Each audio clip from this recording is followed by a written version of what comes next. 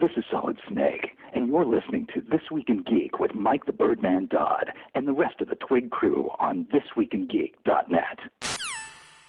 Did you grow up with the NES, PlayStation, Star Wars, cartoons, and 80s TV? Do you like to think who would win in a fight between Batman and the Master Chief? Comics, games, movies, music, and TV. They're gonna tell you everything you need. Superheroes or not, they got your back. They're gonna save the world of geeks.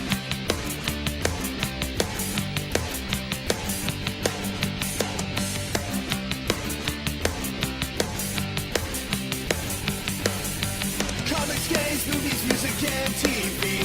They're gonna tell you everything you need. Superheroes or not, they got your back. They're gonna save the world of geeks. This Week in Geek.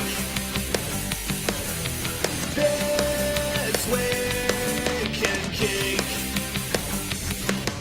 Hey guys, what's going on? You're listening to This Week in Geek, and I'm your host, Mike the Birdman Dodd. Well guys, it is that time of year. It is Halloween, probably one of my favorite times of the year when it comes to movies. And of course, on this month's topic show, I had to bring out some big guys, people who know their masters of fright, the masters of the macabre. And one of the people that I wanted to work with is a guy I hung out with at MagFest 2000. It comes from one of the sites that I work with, thatguywiththeglasses.com, the guy who just finished his Scream retrospective. That's me. That's my cue. Hi, guys. Hi, Mike. Hey, Welshie, it is good to have you on the show, man. Though I know we've been trying to get something together for quite some time, though, haven't we? Yeah. Since MagFest, since January, when we met for the first time, it was you pulled me to one side and said, "Listen, we're gonna have to do something at some point." And now, 10 months later, we're doing something. Exactly. It's about damn time. I liked you. You are not a douchebag at MagFest. Plus, what can I say? You got a sexy goddamn voice, man. Thank you very much, sir. It's very much a bromance. Now, speaking of people I have to bring on the show, you guys may have heard of this guy. He's been on G4. He's been on Spike TV. You guys visit his website daily at Cinemassacre.com. He's also known to the world as the Angry Video Game Nerd, but better known to me as... Hey, it's James. Exactly. It's always nice to have you, James, on the show because I love hearing your insight, getting into movies and everything. And speaking of movies, I understand you actually have begun fundraising for the Nerd movie, actually. Oh, yes. We are, trying to get ahead on the AVGN movie. We've built the whole web series around this character for years now, and now it's time to actually see a narrative film with them because that's what I want to do with my life foremost is movies, telling stories. And I understand you've actually got some help from people like ScrewAttack.com and That Guy with the Glasses for doing auditions in a couple of different cities, correct? Oh yeah, they've been great. We got people all over the country that we work with, so it's awesome that everybody's helping out. And the fans have been great donating. We just launched a fundraiser on Indiegogo, and the fans are donating, and they're really awesome. So thanks to everybody who's listening. Well, we definitely hope to see you up on the big silver screen sometime soon, and I also have a vested interest in your movie, so I hope you'll hire me at some point down the future. But I'm not here to beg for a job. But guys, all right, so as you guys see, we've got Welshie and James Rolfe here to talk about horror movies. But you might be wondering, what series are we going to talk about? Last year, we talked about the Nightmare on Elm Street movies, which if you want to hear that interview I did with James and a few other people from the franchise, you can check that out on Cinemassacre.com right now. But we're talking about John Carpenter's horror movie masterpiece, Halloween. We're not just talking about the first one, no. We're going to look about the entire franchise, all the way up to Halloween 2, the Rob Zombie remake, which I know Welshie definitely has some opinions on. Yeah, so are we allowed to swear? Oh, you fucking right we are. So, with that in mind, guys, here are just the facts for the Halloween series provided by Welshie. We'll be back, guys, right after this. Also brought to you by SpaceMonkeyMafiaStudios.com and GameAccess.ca, Canada's online video game rental source right now. So, guys, we'll be back after just the facts. I met this 6-year-old child with this blank, pale, emotionless face and the blackest eyes. the devil side.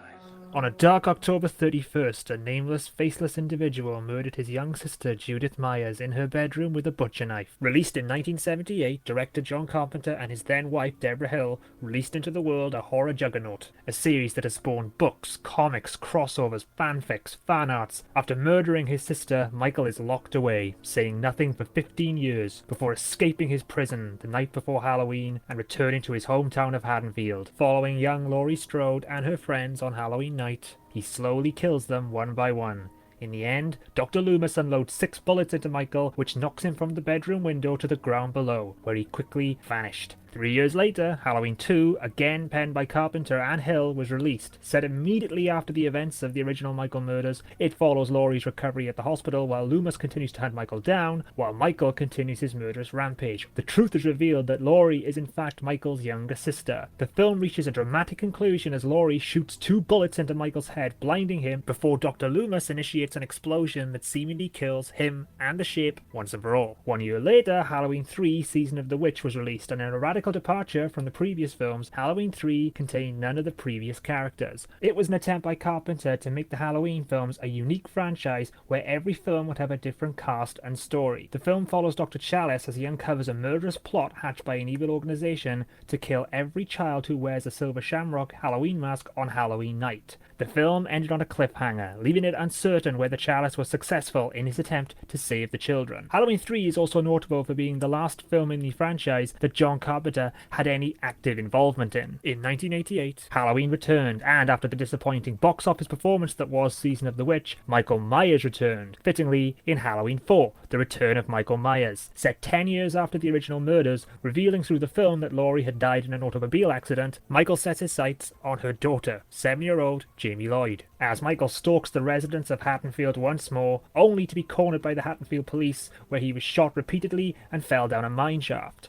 With Michael apparently gone, the film concludes with Jamie seemingly having been affected by the same madness as she stabs her stepmother, leaving the door open for the obvious sequel. 1 year later, Halloween 5 was released. Set 1 year after Halloween 4, the film reveals that after Michael fell down the mine shaft, he was able to crawl to a nearby river, where he was found and rescued by a hermit. The day before Halloween, Michael awakens, kills the hermit, and proceeds to stalk Jamie once again, killing friends and family in his wake while a mysterious man dressed in black appears in town. The film reaches its conclusion as the police, Loomis and Jamie, lure Michael to the Myers house, where Loomis traps Michael and, after using a trank gun, beats Michael with a wooden plank until both collapse into unconsciousness. Later at the police station, the man in black appears to help Michael escape from his cell, and soon Michael, the man in black, and Jamie all vanish. It would be another 6 years before we saw another Halloween film, but in 1995, The Curse of Michael Myers was released. Picking up 6 years after the events of Halloween 5, it is revealed that a mysterious cult had abducted Jamie, and through their means, she'd given birth to a baby. Jamie escapes with her child, only for Michael to hunt her down and kills her, but she manages to hide her child, which is eventually found by Tommy Doyle, and along with Dr. Loomis and Cara Strode, the film reaches its conclusion in the old Smith's Grove, where Michael attempts to kill the baby and erase its bloodline. The film concludes with Michael slaughtering the Cult of Thorn, a group that seemingly have been in control of Michael's actions through the whole franchise, only to be injected with drugs by Tommy and beaten with a lead pipe. This was also, sadly, Donald Pleasant's final role before passing away shortly after finishing his scenes for this film. With opinion divided on Halloween, the series seemed to falter, but in 1996, Wes Craven unleashed Scream onto an unsuspecting audience, and with Scream's release came the booster shot into the arm that the horror genre badly needed. And with a new interest in horror and Halloween's 20th anniversary approaching, in 1998, Halloween H2O 20 years later was released, with Jamie Lee Curtis returning to her iconic role as Laurie Strode. The film reveals that Laurie faked her death and went into hiding and is now a mother and the headmistress of a very posh private school. The film featured an early role for Joseph Gordon-Levitt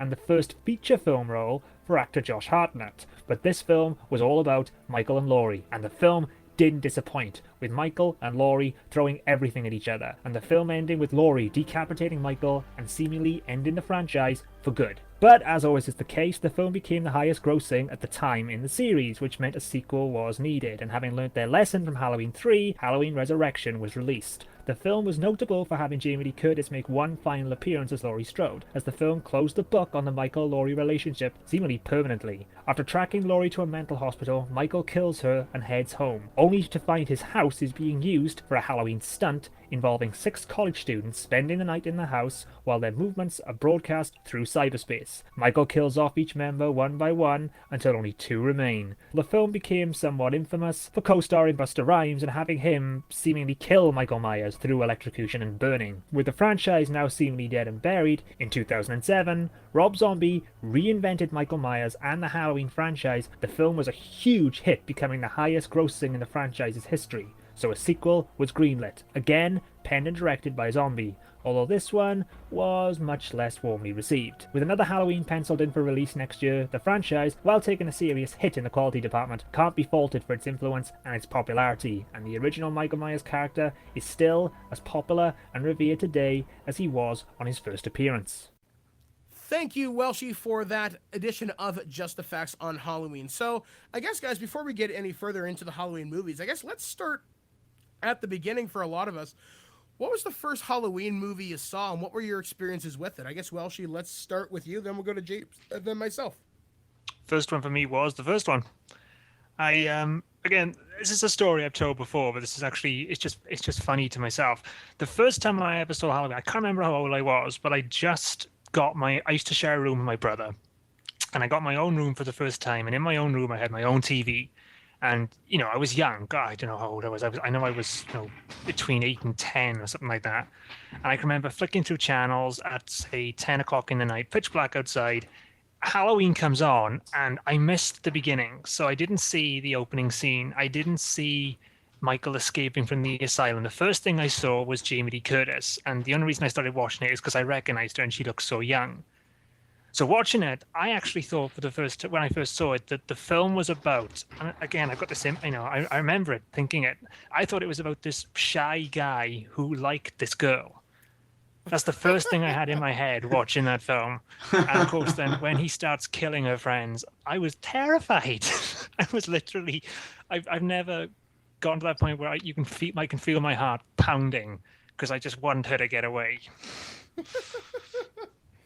I just picture this little body with your full-size head on it, just cowering in a corner as you're watching this, going, "Go, Jamie Lee!"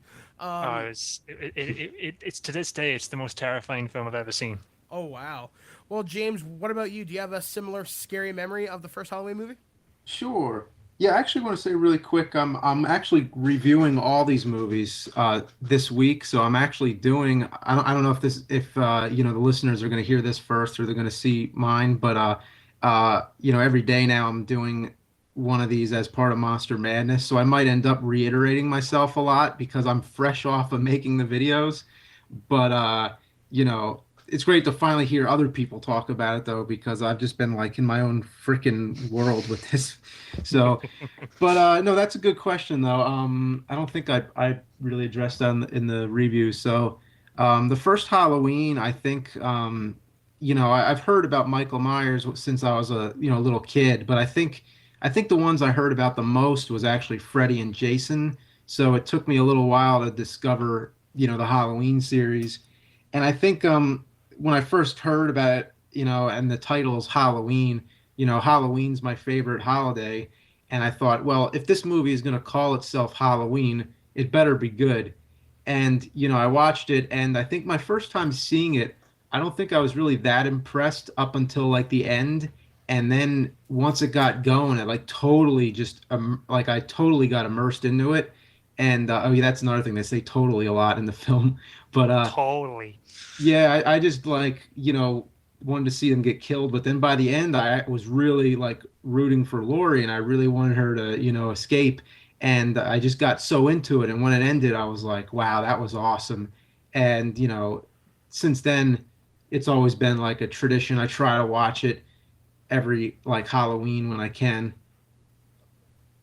Now I was gonna say, looking back to my first memories, I think the first Halloween movie I saw was actually number 4, which is where they started the whole Jamie Lloyd storyline. Return of Michael Myers. Yeah, so I think that was 1988. So I was maybe about 8 or 9 years old at the time, and I just remember anniversary. And I just remember seeing it, thinking, "Oh man, this is intense." I mean, this guy, he's like Jason, but he's not. And I don't know, there's just something about that movie that I really liked, because I was really... I gotta say, the fourth one is really good. It's really action-packed. And that's what And I gotta say, for a child actress, Danielle Harris is really, really good in it. Yeah, you really believe that she's scared, and you She's get like this whole thing. not the mother, but the stepmother or the stepsister or whatever. She's Laurie's daughter, but she's been adopted by a family because Laurie has died. Well, the story is that Laurie died, and then of course in H2O it's that she faked her death. And yet leaves her kid Oh, okay, behind. yeah. Yeah, Okay. apparently they were good. The H2O ignores the whole Jamie Lloyd thing. It's like, it's like Halloween 1, 2, and then Halloween H2O. Yeah, Okay. which is something I definitely want to talk about, is how they retcon the series. I then remember going back. I was with a couple of friends during high school, and I rented all, like, as many as that were released up until about 96. I rented them all on VHS. I know, ancient technology there. And really liked the first one. I really thought the first one had a wonderful atmosphere. And the one thing that always caught my mind about that series is I was chatting online with a couple of friends in a couple of different chat rooms at that time. And one of the people I used to talk to was a guy named Dr. Loomis. And I always wondered, where the hell was that from? And then that weekend, I'd been watching the Halloween movies. I'm like, hey, you're that guy. And Well, the character Sam Loomis is actually from Psycho. really, I was unaware of that. Yep. Yeah. You learn something new every day on this show. Yeah, Janet Leigh, her daughter Jamie Lee Curtis. So I don't think it's a coincidence. Ooh. So kind of getting into the characters of the series, I started to go back, watch everything, and then I saw number 3, and well, we'll talk about that as we go on. So I guess, guys, let's look at the series as a whole now. So we have the original 1, 2, I guess Resurrection would be the original continuity, and then the remakes. We'll talk about the remakes in a separate section of this half. So I guess, Welshie, let's start with you. What's your favorite and why? What's your least favorite and why? Favorite, it's obviously the first one, because it's just one. I mean, but 4 is a close second to that, because it's like, I could talk about 1, because the thing about 1 that I love, as opposed to what it is, it's just what it managed to do with so little. I mean, the budget they had for that. I mean, they had fake leaves, they had local kids as the extras doing the trick or treating, and if you think about it, it gave us one of the most iconic openings and memorable openings of all time. That opening scene where it's all through the eyes. It gave us, it created a star in Jamie Lee Curtis. It created an icon in Michael Myers. It gave us like this iconic theme music that is still terrifying today. And it was all done on like a micro budget. Just a really clever filmmaking. But I could talk about the first one forever. But I'd say first one, favorite one, not including the first one, would be the fourth one. Because it brought Michael Myers back and did it really well. I thought, I think I said Don Pleasance was really good in that film, and Danielle Harris was incredible in that film for being so young. So it's a really good film. So least favorite, you'd expect me to say 3, but I'm going to say 5. Yeah, I'd be inclined to agree that 5 kind of sucked, although I'd say my least favorite is probably 6. But James, what about you? What's your favorite, and then what's your least favorite, and why on both counts? Favorite's easy. It's the first one because it's the most genuine. And the worst, it's tough to say because there's things that I think are the worst in each one, different aspects. I think like the fourth one I really like, and I agree it's really action packed, but I hate the way Michael Myers looks in that one. So as far as the way Michael Myers looks, I hate the fourth one because like the mask seems like so plain and like the shoulders are hunched up like a football player. But the one that has the most convoluted storyline is 6. And I mean, whether it's the producer's cut or, whichever, the one where Michael Myers rapes his teenage niece or the one where Michael Myers gets beat with a lead pipe, either one of them is just as convoluted. But I actually would Tommy say... Doyle, of all people. Yeah. I would say that really the one that I find the least interesting is 5. Because even the other ones where I think something is bad, I at least laugh because it's bad. I think 5 is just a little bit on the boring side. 5 to me felt like very much like a Friday the 13th film because I didn't like the mask in that one first. I really hated the mask in 5. I felt that, as far as the characters in it, they were really annoying. It's like, when did the Myers house suddenly become a mansion? Because if you notice Yeah. that house and that, and there's another thing as well. I hate what they do to Rachel. She's established in Halloween 4 as this really strong character, and then they just sort of blink her out like she's nothing in Halloween 5, and just like she deserved so much better than that. And she got a really non-creative death too, just getting stabbed with scissors. There was no lead up to how she was gonna die either. It was just like, oh, dead. No, Yeah. yeah, and I mean, she was, they really sort of, you really sort of get the bond between her and Jamie in Halloween 4. She literally will die to protect this girl, and then it's like, oh, whatever. And I guess that's something to talk about. I mean, to look at the Halloween franchise, to look at the inter-character relationships. I mean, one of the things that you just talked about, Matt, is the relationship between Rachel and Jamie. And like in Halloween 4, they established that she's an adopted kid, as she's Laurie Strode's daughter, and she initially doesn't want anything to kind of do with her because she screwed up her plans to meet this guy and everything. But as the film progresses, they get closer and closer. That's an I'm going to do everything I can to protect you.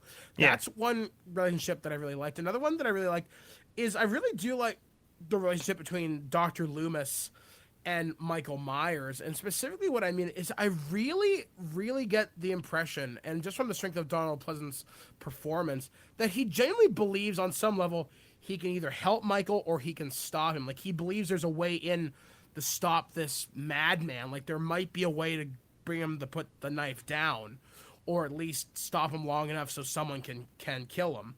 That's one of the things that I really like, because I really believed that he really wanted to do more than just warn people that there was this evil out there. Like, there was this drive to help everybody. I mean, did you guys pick up on any other big, strong relationships during the course of the series? James, you want to go first?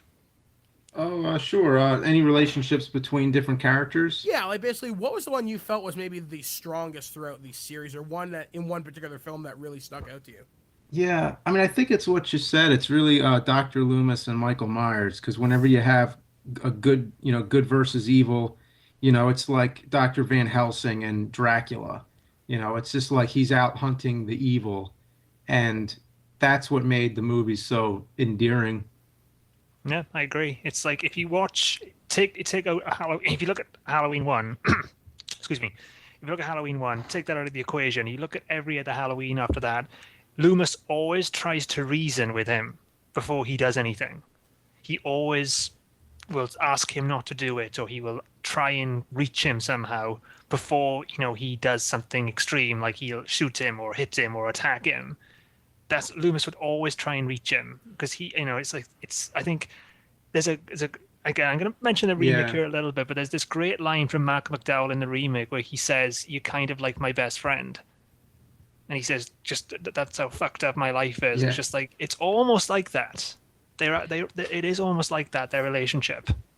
I mean, Yeah, that's one of the few moments in 5 actually that I kind of liked, was when he does talk to Michael before beating him senseless with a wooden plank.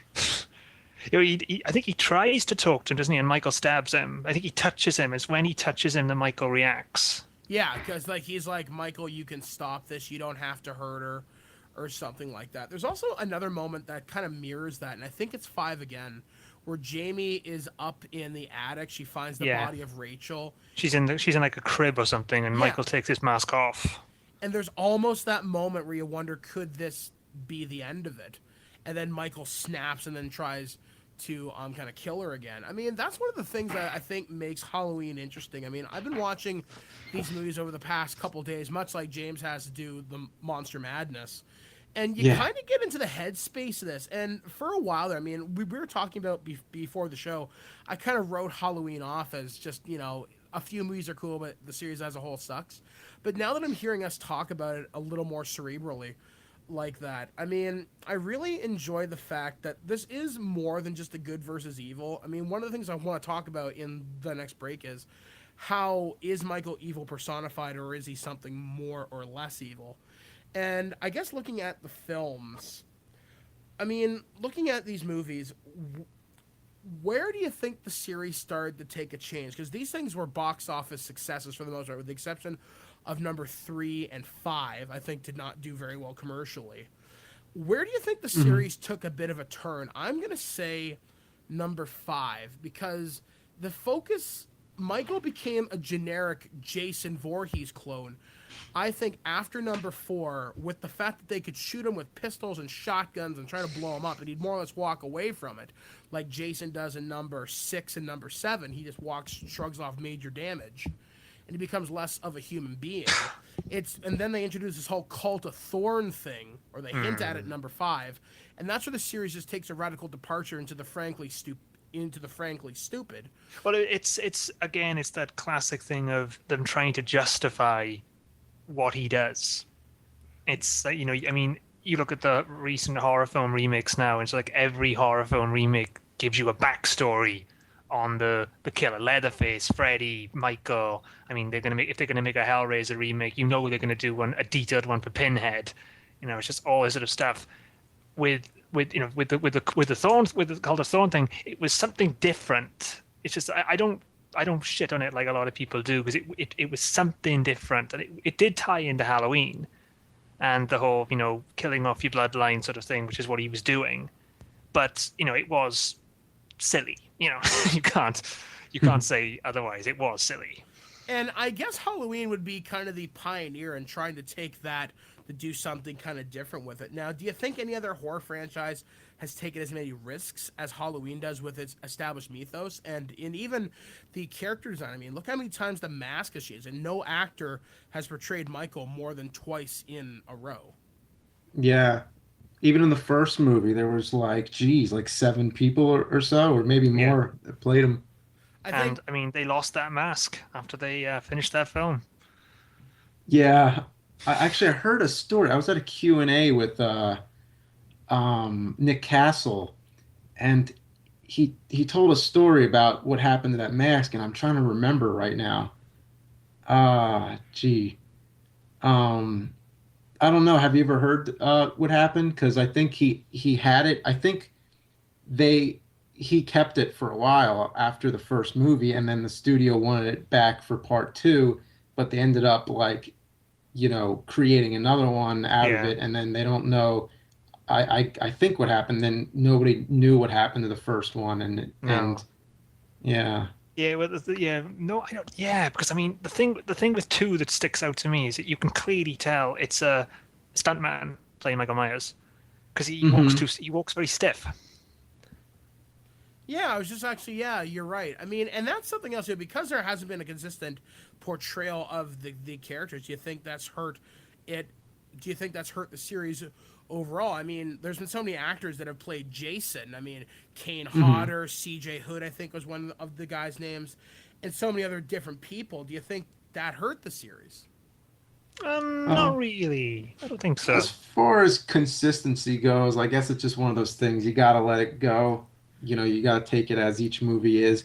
Like as for Monster Madness, I did the Frankenstein series first, and it has like major consistency or continuity issues. And it has the same issue with the house too. Like the Frankenstein castle changes appearance in every movie, just like when you're saying part 5 where the Myers house becomes like a mansion. Yeah. But I guess I'd say Friday the 13th is a little bit more consistent, maybe. Yeah, with Kane Hodder playing him 4 times, wasn't it? Yeah, he did 7, 8, 9, and Jason and X. Yeah. Now, I guess let's kind of evolve the conversation a little bit forward and talk about some of the more later films, and then I want to talk about Season of the Witch a little bit.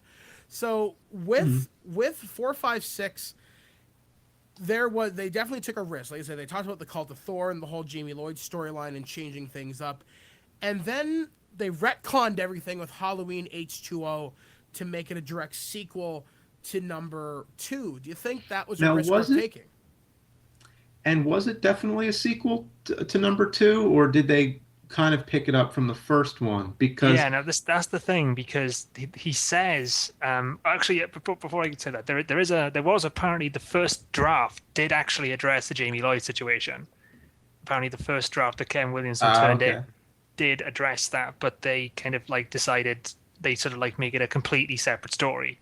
But there's a point where the police say when they are leaving the room they never found the body, But I Yeah, mean, we not saw that the he body burned burning and- up. Yeah, exactly. Like, oh, where's that? Who's that guy who's like burning, walking away? Like, it's like nobody, they don't address it in any way. They just say they didn't find him. No, So I feel like that's kind of like the first direct, movie yeah, where, to to the first film, direct sequel to Halloween 1. hmm I liked H2O. It's got a lot of Scream influence in it. I mean, they're watching Scream in it. There's a scene where you see the characters watching Scream 2. My problem with Halloween H2O is I felt the actor playing Michael. Well, firstly, Michael is in the light too much. If you look at Yeah. Halloween 1 and Halloween 4, he's nearly always in shadow. you see his eyes too much too. Yeah, you do. And I didn't like the mask either. And he looks a bit thin. Yeah, I think they were trying to make him look a little more like in the first movie, and they got kind of close, but yeah, they showed his eyes too much. He was in the light too much. And then Yeah, and then they changed the mask a shit ton of times during H2O, didn't they? There's a scene where when I think it's Charlie's got his hand in the garbage dispenser sort of thing, and when he turns around and Michael is standing there, that's one version of the mask. And the version that he's fighting when Jamie Lee Curtis he's wearing when Jamie Lee Curtis fights him, that's a different version. You can clearly see a difference there. I mean, one of the things about H2O that kind of bothered me is I'm really sad they did drop the whole Jamie storyline. I mean, I would have liked it had they maybe acknowledged maybe 4 or 5 in that thing. But there's my main problem with H2O, and I was okay with 1 and 2. Michael Myers knew how to drive. I'm okay with that. In H2O, he's basically a private detective. He gets the file from Loomis's old house and figures out that he has to go there. Now, that means Michael knows how to use a map. Michael is willing to refuel cars or steal them as he needs see fit. There's just something about that always bothered me about Michael Myers, because his intelligence is never consistent movie to movie as to what he is capable of. And H2O, that's just what kind of bothered the crap out of me, is that he has to travel from Illinois to California. And I know there's probably some stories in there to be told, but just I can't picture Michael Myers cruising down the highway obeying the speed limit the whole time, or cruising Actually past stopping for directions. Yeah, like think about that. Think about Michael Myers traveling cross country. It's the ultimate road movie we've never seen. I want to see it. I want to see Michael Myers picking up a hitchhiker along the way. He might even drive through the Texas Chainsaw area and pick up the hitchhiker there. See, there you go. Or He's not good There's with the crossover conversation. right there. Halloween meets Texas Chainsaw Massacre. There you go. Just stops off in Camp Crystal Lake for a burger. Like, Yeah. you see what I mean? There's just nothing consistent about H2O in that regard, and that's what takes the believability out of it for me. For that, just the fact that Michael Myers has to do ordinary people stuff to track his next victim. And as far as I know, Michael Myers isn't a superhuman, so I'm just trying to picture Well, look what he goes through in H2O. Yeah, He that's true. gets axed in the shoulder. He survives pretty near everything that's kind of thrown at him. And with H2O, I'm really glad they tried to establish what happened to Laurie and how she faked her own death to start a new life over and everything else. But I'm just surprised Dr. Loomis was able to find her after faking her own death. So once again, he's a wonderful private detective to figure this out as well. I think with Loomis, I think he was responsible for it, for helping her go into hiding. Oh, okay. I wasn't sure about that. I think that was it. Don't quote me on that, but yeah. I got to say though, what I did like about H2O, I liked it's got that really slow build like the first film, with Michael, trying to find her, finding her. They establish all these characters, sort of thing. When it seems to be going the sort of Halloween route of like them running, and then she turns, and she kicks in the glass and she pulls out the axe, and the music playing when she's just stalking the halls looking for him. I love that sequence. She's scarier than Michael Myers. Yeah, she's completely lost it in that film. It's like when she's just the whole fight between them. I just love that sequence. Yeah. One of the things it takes all the scariness out of Michael Myers, though. Like, I am not at all afraid of him by that point in the film. But, it was kind of just that revenge. They're going to call it the Revenge of Laurie Strode, apparently, which would be very fitting, because that's what I think it was all about. It was like this, beaten up franchise. Let's kill it off. Let's, kill Michael Myers for good and let's just end it. And, of course, that didn't happen. See, I was kind of okay with the ending of H2O where she supposedly cuts the head off of Michael Myers. That would have been a great ending to the series, in my mind. But again, what was interesting about that is the ending, is because, at that point, that's supposed to be Michael. And the fact that he's reaching out to her, it's just like, has the evil finally gone sort of thing. It's like all these sort of questions. Is she going to forgive him? It leaves it, all those sort of things. That's a really interesting sort of thing because you can read it so many ways. He could be reaching out to grab her and then just snap her neck. You don't know. It's never answered. Yeah, like I thought that would have been a great moment to end the series on because you would have had a definitive answer, or at least leave it up to people like us to talk about it for years and years later. And then we got to Halloween Resurrection. Which I could sum up in one phrase: trick or treat, motherfucker. I would love to quote the documentary Halloween 25 Years of Terror, where they talk about we have a kung fu Busta Rhymes karate chopping Michael Myers. That's when the series lost any sense of fear to me. I laughed my balls off listening to him go, "Come on, Mikey!" Like, are you fucking kidding? I like when there's like the other guy the real Michael Myers comes up to Busta Rhymes, who was dressed as Michael Myers, and he thinks it's another guy in the costume stealing his like act, and he starts like just totally just railing on him. And Michael just sort of tilts his head to one side. Yeah. It's just like, what the fuck? I'm Michael Myers. You're not Michael Myers. Get out of here. It's so stupid. Then this other moment, which totally took me out of the moment of the series, is I like characters that are resourceful. I like that. They think outside the box. They think of a way to get away from the killer. But I think it was Nick Cannon, or I don't know, the guy that died in the kitchen, the other black guy, the guy who was obsessed with food randomly. He mixes a ninja ball in the kitchen. And I saw this on Deadliest Warrior, where you mix a bunch of spices together and you whip it in the guy's eyes and he blinds them. To me, Michael Myers shouldn't be blinded by friggin' cayenne pepper, in my mind, because it makes him a little too vulnerable. And then in Halloween 2, he gets his eyeball shot out. Yeah, but at least he's getting shot, not taken out by table salt. You know what I mean? That's what I'm saying. They took anything that made the Myers character scary and reduced him to a joke. And I think Resurrection was mostly responsible for that. Is because he was almost superhuman in what he could survive, which has, been established. He can survive pretty much anything. But just the fact that he could be taken out by a guy with a handful of pepper, just something about that bothered me. And then the whole Busta Rhymes bit. I mean, he's had his eyes shot out. Yeah, he's had his eyes shot out. But still, at least, that makes sense.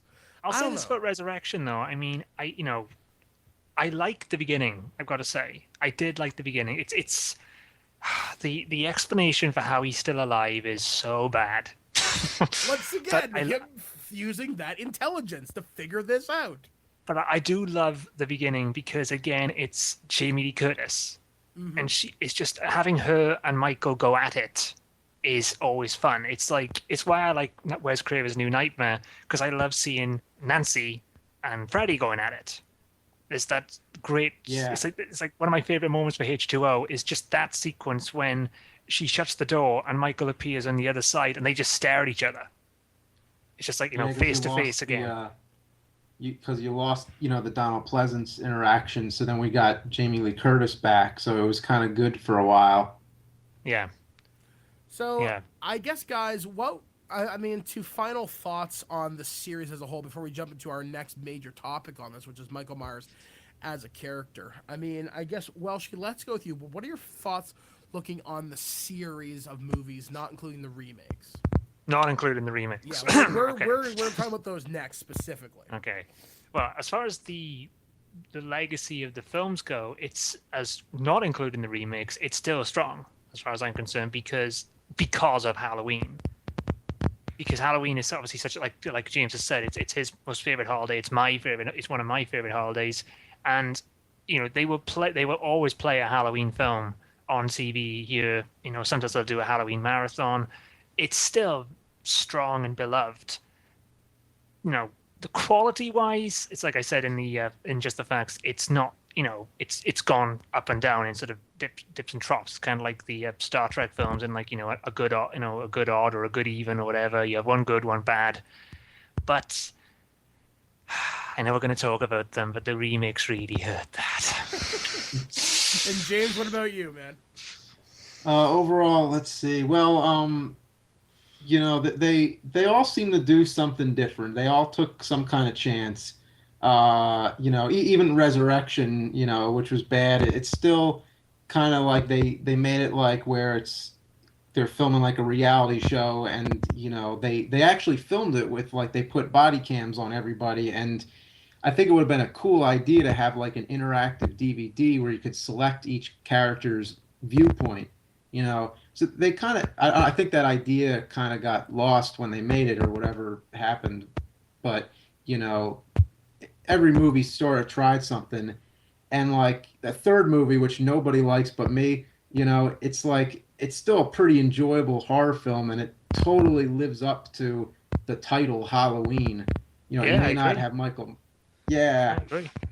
I mean, it may not have Michael Myers, but it's a Halloween movie for sure.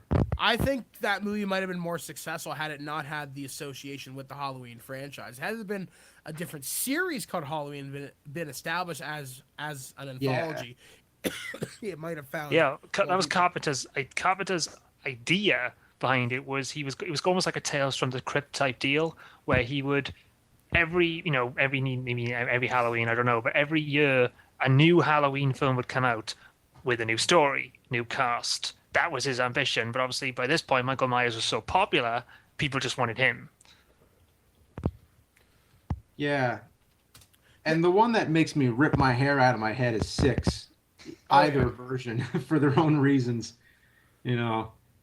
Like, it's just nothing about it, like, makes sense. Just, like, why would Michael Myers, like, rape his teenage niece with the whole cult and everything? They made him do it or whatever. And then just for him to go and hunt and kill the kid. Like, if the point's to kill his own bloodline, why doesn't he just kill Jamie right there? Yeah. And then it's all these coincidences, like Tommy Doyle moves right next to the former Strode house. Yeah, it's the Myers house, but the relatives of the Strodes are living there. There you go, yeah. And it's just so much going on. And like the one thing I thought was kind of cool was that they actually tried to link it to like the origins of Halloween as being like a sacrificial holiday. Yeah. Which is actually what the third one did. That evil mastermind wants to with like the mask, yeah, Silver Shamrock. Yeah. So they kind of had that going. Yeah.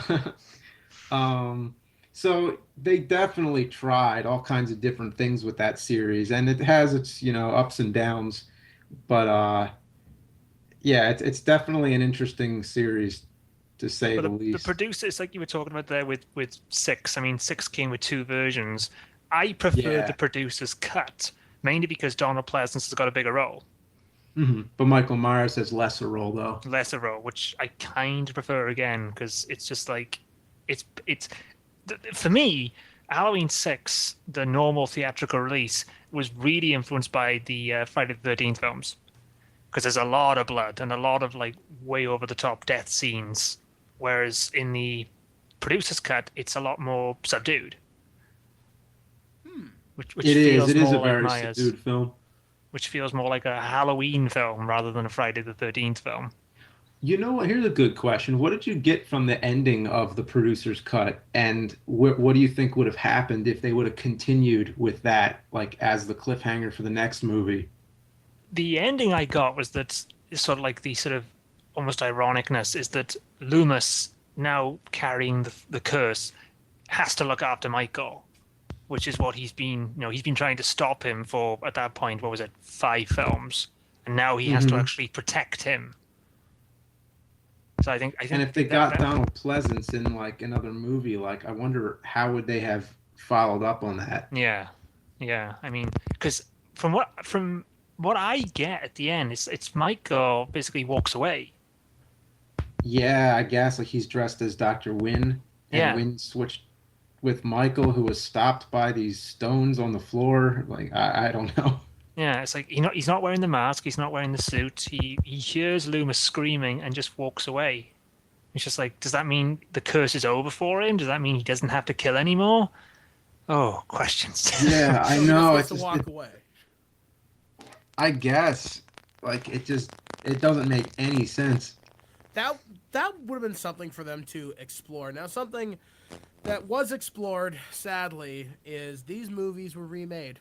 So one thing, guys, we have to talk about is the unfortunate fact that these movies have been remade by infamous director Rob Zombie, who's As also a everything musician. gets remade. As everything gets remade these days, and hell, in Friday the 13th, we made Jason a master electrician for some odd reason.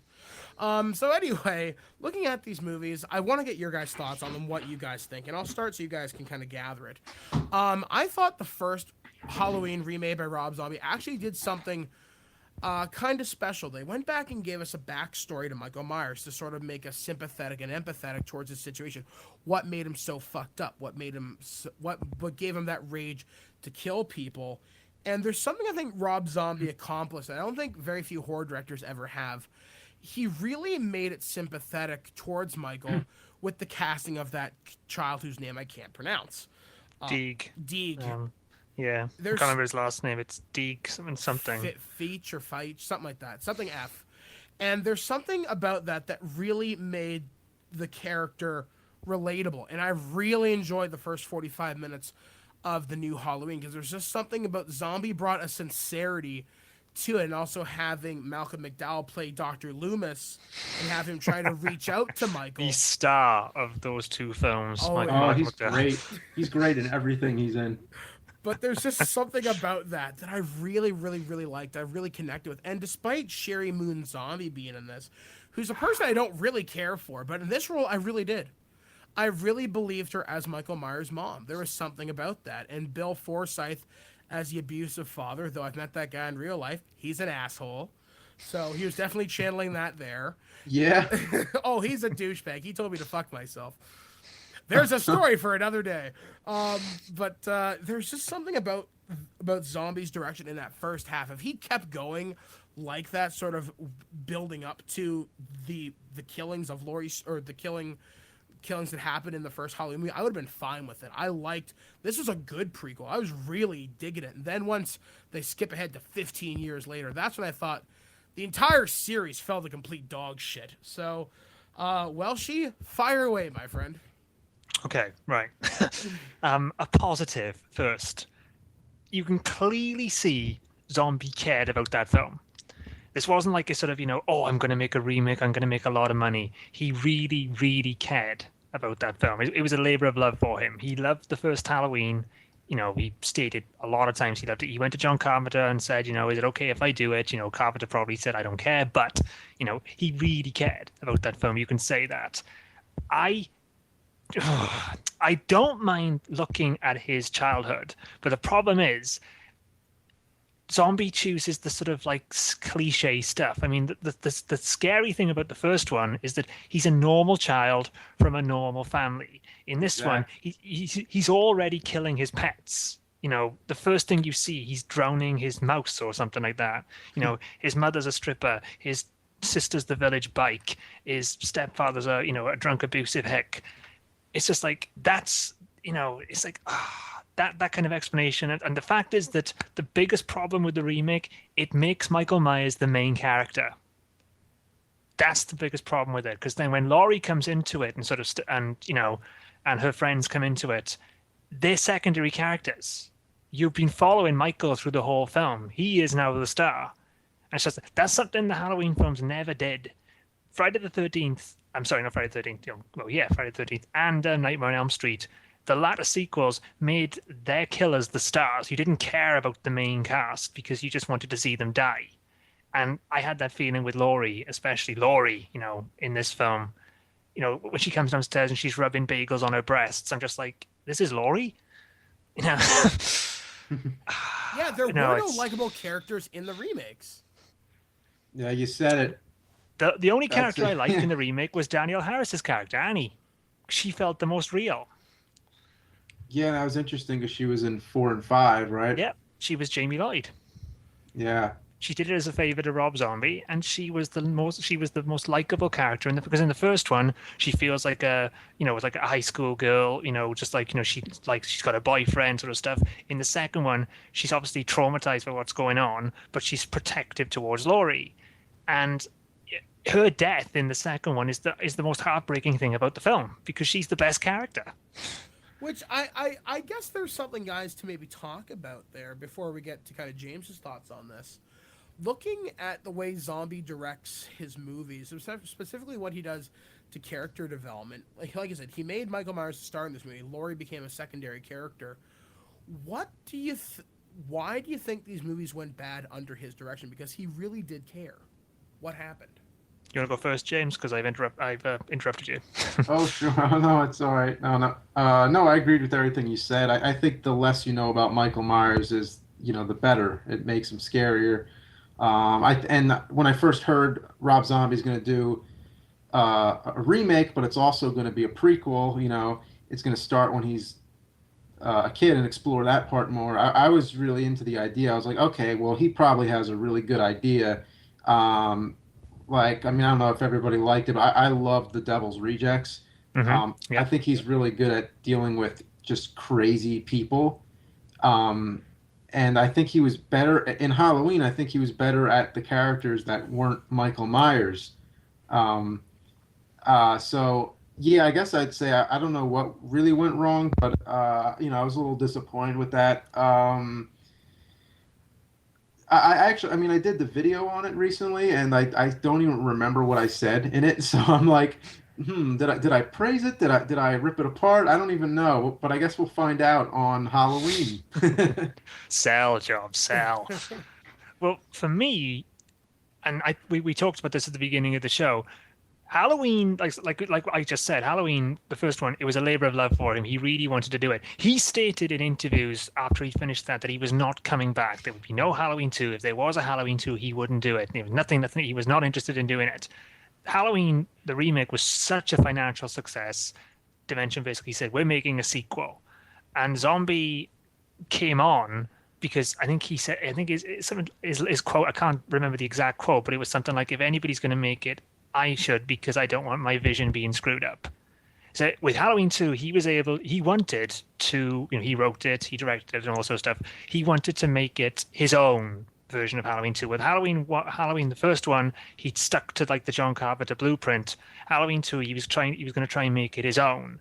And the studio got involved. And his big idea for it was going to be that it was going to be a psychological film more than a slasher. And it was all in Laurie's head. And the big shock at the end was going to be, it was her all the time, but she was just seeing Michael do it. But the studio got involved and said, you got to have Michael Myers. Because they basically, after Halloween 3, where he wasn't in it, they were terrified. He has to be in it. So, Zombie was fighting. And if you listen to the Blu-ray set, has got a great commentary track with it. Because if you listen to the commentary track he does for Halloween 1, he's like enthusiastic and he's really sort of, talking about all the sort of stuff that was going on. You listen to Halloween 2 commentary, he's forlorn, he basically sounds depressed with what he's talking about because there was so much interference in from the studio. Wow. See, I would like to have seen that version of Halloween 2 than the one we got. That version actually sounds kind of cool. Michael Myers the bum. Where the fuck is the Halloween music? It's in the credits about 1:45 in. Well, it's just like Zombie said, I couldn't find a place to put the music. Well, it's not a Halloween film then.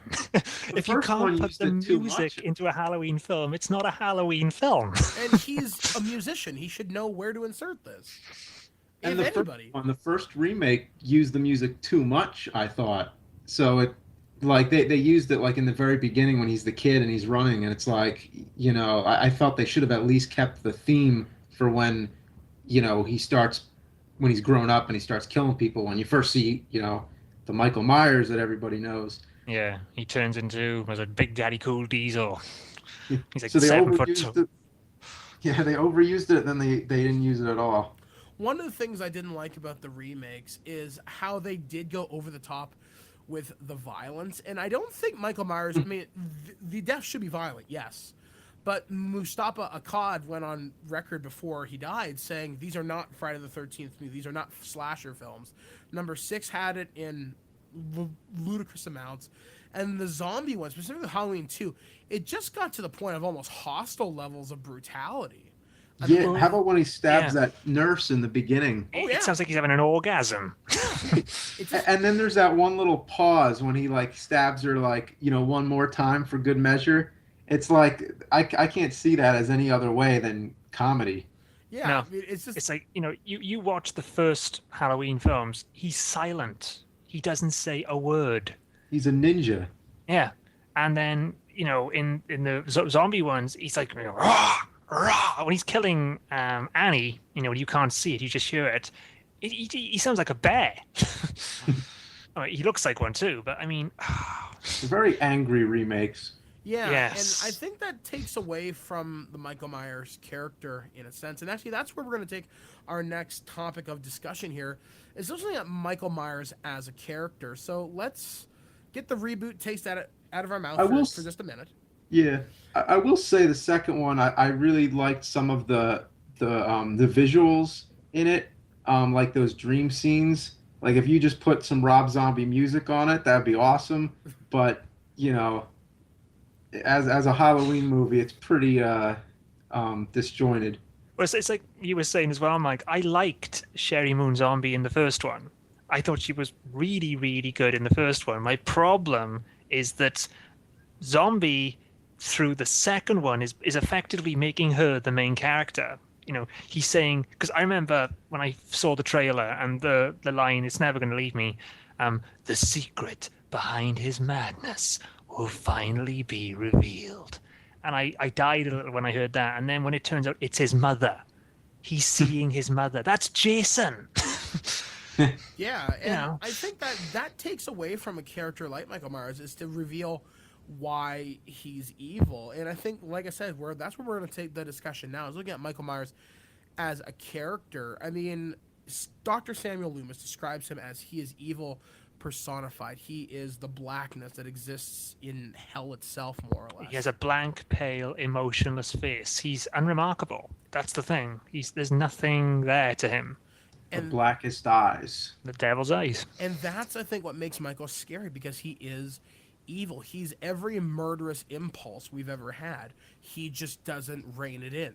And I think that's what makes him truly a remarkable character in horror, is because he doesn't need to be fucked up by his family. He doesn't need to be sexually abused. He doesn't need to be traumatized with some supernatural evil. No, one day he just went bad. Yeah, the switch just went off. And that's what I think makes him such an effective character. However, though, as the movies go on, they drift further and further from that.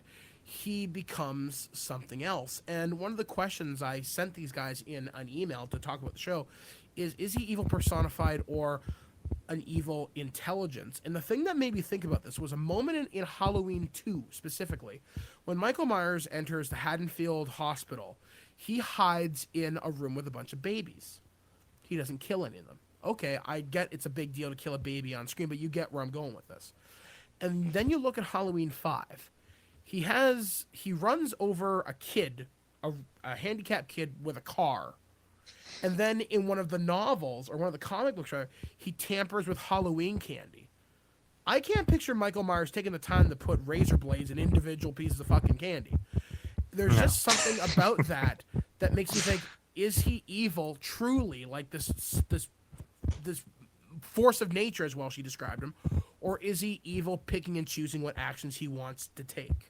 What do you guys think? Go on, James. Oh, gee, you go first. I think I'm going to just refer to the zombie version now, because I mean, John Carpenter. John Carpenter never intended there to be a sequel for Halloween, that sort of thing. He wrote Michael as what Loomis says he is. The reason the whole sister subplot came in is because Carpenter just decided he had to create a link between Laurie and Michael, and that's where it came from. It was never, it was never intended to be that. It was literally, when we're gonna, we need you to do a sequel. I'm not going to direct it. We need you to write it.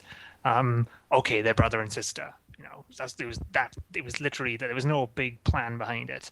the original intent for Michael Myers, as Rob Zombie, as John Carpenter wrote him, yes, evil personified, evil, unstoppable, just pure evil. And then, of course, with the sequels come in, you have to add a bit of layers to it. And then suddenly, well, maybe he is, but maybe he isn't, and sort of stuff. Because if you look at the first one, he's just, he's a stalker, he's a shadow, he's, as Jim said, he's a ninja. But, at the same time, he will kill, and nothing will stop him killing. And you can't stop him. You can't reason with him. Nothing will, like Laurie, I think she stabs him with a coat hanger. She stabs him with a knife. She stabs him with a knitting needle. He gets shot 6 times or 5 times. He still keeps going. So yeah, the original incarnation of Michael Myers, I say, is the personification of evil. And then with the sequels, they had to add layers to him to Give him a reason change to it keep up a going. little bit. Yeah, to change it up a little bit. But if it had just stayed with that first film, definitely. Because, but even in the first film, he stops that one kid when he's outside the school. He doesn't kill him, just puts his hands on his shoulders and just lets him go. And then follows Laurie. I think it's because he's locked onto Laurie at that point, though. Yeah, but that's what I'm saying. There is an intelligence to Michael Myers, and as you watch through some of the other films, he's smarter than he looks. The fact that he's been in a mental institution all his life, and yet knows how to drive a car, that's pretty impressive. The fact Well, they comment on that, don't they? They said, he doesn't even know how to drive a car. He was doing very well last night. Maybe somebody here gave him lessons. I think I know what to say about that. Actually, I just need you to go first to formulate it. I think really he's just like the thing that you need to make Halloween scarier. Like when you you walk down the street on Halloween, you're not scared. You're never really scared. Maybe you go to a haunted house or something, have some fun, whatever. But it's Halloween. Everybody's entitled to a good scare. So he's just that scare that you need. That there's something out there that you don't know who or what it is. So he's really just the boogeyman. Yeah, the boogeyman, the shape. I mean, that's the whole thing of the first film, is that he's the boogeyman. I mean, Yeah. Now, what makes him scary throughout the series to you personally? I mean, to me, the fact that he blends in to shadows, the fact that he literally just appears. That's what I think. One of the things the Halloween movies, or at least early on, had got so effectively, and it takes a film nerd to appreciate this, I think, is lighting. There are times, Lighting, definitely. just the time he just fades in. There is one scene, I think it's the first one, where he's stalking, I think it's the guy with the glasses, Billy or Phil or whatever, and he just Bob, and he just fades in from whiteness to, or from black to white. It looks so amazing. In fact, that's something they should be showing film school kids. Yeah. Well, like the part when he comes in the background with Laurie Strode when she's like crying in the doorway, and then his face appears. Yes, like, that is a scary image. Yeah, I always thought that was great, but then I always thought it was him just coming into the light. But then I heard on, I think it was the commentary or maybe one of the documentaries, where they said that it was basically supposed to show what your eyes do when you adjust to the dark, and that she starts to adjust, And when I heard that, I was like, that is great. Like, I've never even seen that done anywhere. Yeah. And if you watch that film, though, he's in so many shots, but you just don't notice him. It's like there's a sequence where Annie, is it Annie? Yeah, it's Annie. She's on the phone and she's just walking around, and you just see him. He's there in the background watching her, and then he's gone. And then when she's in the sort of the garage or the laundry, when she's doing her washing, he's there in the background. You spot him in so many shots, but he's always hidden. He's always in shadow. And I think that's when he was the most threatening, is when he was just there and you never acknowledged him. Well, that was the problem I had, like I said, with H2O. It's just that you see him all the time. He's not in shadow in H2O. He's in the light. And you also see him going too often from point A to point B in most of the movie. Like, beyond the first two, he has this almost supernatural ability to appear at the worst possible place at the worst possible time. Yet in the sequels, you see him just walking, strolling along the point A to point B to set up the next thing. And that's another thing, too. Looking at Michael Myers, in the first couple of movies, he sets there was one thing that was said in one of the documentaries. I think it was a film critic that said Michael Myers is more of a practical joker. He's more into it to scare the shit out of you, and the killing is just the big payoff of it. And that's something to be said though, because he does set up an awful lot of these. Hey, I'm gonna hide this body here. If they do this, it's like the Rube Goldberg machine of death. You just Yeah, well, he did it in the first one, didn't he? Yeah. I mean, the way he'd set everything up for Laurie. Yeah, and I just can't picture Michael Myers taking the time to lug this body upstairs, to lug this tomb. I mean, think about what happens before that scene, and think about how less scary that is. Picturing a guy carrying a tombstone. At the same time, though, you got to remember he's actually carried a tombstone. Okay, so he's a big fucker. Okay, He's a strong one. but then I'm sorry, James. Go ahead. Oh no! I was just gonna say, did we do the odd moments in the series yet? I think that's where we could probably take this discussion. Because looking at odd moments from Michael Myers, let me see. My first one comes to, like I said, Michael Myers, private detective, from H2O. Like I said, he's evidently taken the road trip across America. Another one is where. Actually, let me gather my thoughts on this because I had a list. So James, you go. Okay, well, I have one that sticks out that just has me laughing every time. Like, I love it. It's so ridiculous. Is in part 4 when he picks up that gun and he aims it like he's about to shoot it, and then for a second you're like, whoa, Michael Myers with the gun. And then he lunges it forward and stabs the girl right through the chest, and the gun goes through the back of the wall. And it's just one of those just amazing moments, like, wow, that did not just happen. You know what it is? It's like something out of Gears of War. She just got retro-lancered, more or less. It's so ridiculous. You're right, and that's another really stupid moment for Michael Myers. It takes away from some of his ability. And, you know, he seems like a guy who would use whatever tools are at his disposal. I guess he's above using firearms. He's like Batman. Fuck that, I'm not using a gun. He uses it all right, but in a way that nobody's ever done. My one, which might